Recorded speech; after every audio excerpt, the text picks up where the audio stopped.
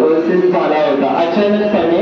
मला माहित नाही आता कित्येक लोकांना याबद्दलची माहिती असेल नसेल, पण मग त्यापूर्वी त्यांच्या आजही चेहऱ्यावरती स्माईल तशीच्या तशीच आहे. त्यांची म्हणजे चेहऱ्यावरची हावभाव कधीच चेंज नाही झाले. नेहमी त्या स्मित हास्य करून सर्वांसमोर उभ्या राहिला आणि आजपर्यंत आज शेवटच्या दिवशीपर्यंत अशाच स्मित हास्य करत आपली ड्युटी पूर्ण करत आहेत. आणि जसं सतीश साहेब सांगितलं मॉर्निंग सेशनला असेल तर टिफिन मध्ये आमच्या रोज रेग्युलर म्हणजे पदार्थ असायचे, पण मंदाकिनीच्या रोज नवीन काहीतरी बनवणार आहे म्हणजे ते आम्ही कधीच खाल्लेलं नसते.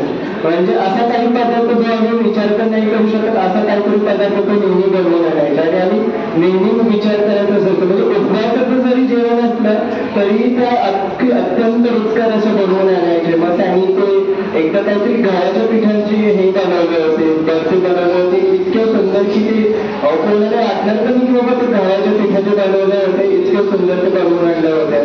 त्याचबरोबर तापटीकपणा जो असतो तो त्यांच्यात सर्वात म्हणजे चांगला गुण आहे की आपण कसं टॉप टू बॉटम चांगलं परिपूर्ण चांगलंच दिसलं पाहिजे ह्याला त्यांच्यात एक गुण आहे. म्हणजे त्या शाळेला यायच्या असल्या तरी ते अगदी व्यवस्थित म्हणजे एक केसाचा काय बोलतात ना केसातला एक केस पण असा तो बाजूला नसला तो अगदी व्यवस्थित. म्हणजे सकाळी शाळा सुरू झाल्या जशा म्हणतात की टीचर असतील तशा शाळा सुटल्यानंतर तुम्हाला त्याच परिस्थितीत दिसतील, त्यांच्यात काही बदल झालेला दिसणार नाही. म्हणजे हा जो ताकदपणा आहे कपडेचं चॉईस सिलेक्शन या सर्वांमध्येच त्या अगदीच एक नंबर आहेत, त्याच्यात काहीच वाद नाही.